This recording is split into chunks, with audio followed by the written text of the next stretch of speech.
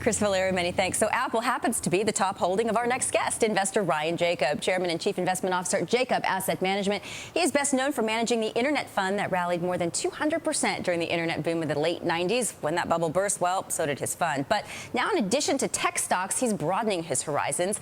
He joins us now to discuss his take on the industry and share some stock picks with us. We always love picks, Ryan. Welcome to you. So we'll get to those in just a moment. So again, you're perhaps best known for managing this fund, a 200% return. What was it in 1998? The best performing fund this year. Any of your current funds, do you think, have that kind of potential? Well, we have two new funds. One is a Wisdom Fund, a large cap blend fund. And one of the funds that I'm managing is actually a Jacob Small Cap Growth Fund, which is a public mutual fund that will have a large tech component, but also investing in other areas as well. But it's specifically on small cap names. So you won't find an Apple or a Google in that fund. Okay, so how do you pick the stocks? What's among the criteria for adding stocks to these types of funds? Well, we look at qualitative and quantitative factors. So qualitatively, are they addressing a large market? Do they have a good opportunity to gain share? How are margins rising? Hopefully, good management teams with track records. So those are the qualitative factors. Then quantitatively, obviously, we look at price to cash flow, price to earnings, again, margin picture, outlook for demand. All right, so let's get to your picks, because this is always the fun part, right? So Apple, you just heard Chris's report, 2 million iPads, shares up another 3.5%. This is what, 8 or 9% of your holdings, your largest position.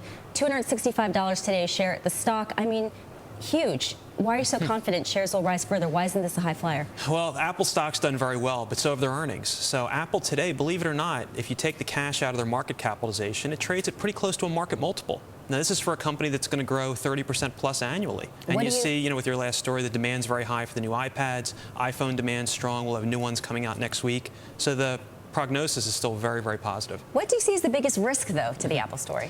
Well, there is management risk because of Steve Jobs' health. We don't know exactly. He clearly is a visionary and one driving a lot of the new products. So that's definitely a risk. And then also in any technology name, it's a very fast-evolving industry. Okay, so, Cavium Networks, another one of your picks. They make chips for networking, and Cisco happens to be Cavium's biggest customer. So is it any kind of a risk being so dependent on one client? Well, the only reason they're so dependent on Cisco is because Cisco happens to be the behemoth in network gear.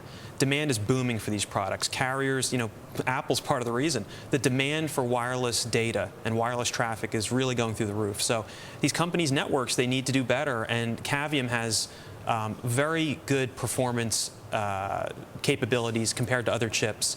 And so they're very well positioned to sell into Cisco and then eventually go into wireless carriers. And you have one other pick in our remaining seconds. New Oriental Education and Technology Group, largest private education company in China. We got some disappointing economic news, though, in China. Is this company at risk at all there? I don't think so. It's a booming industry in China. Private education is really supplanting the public education.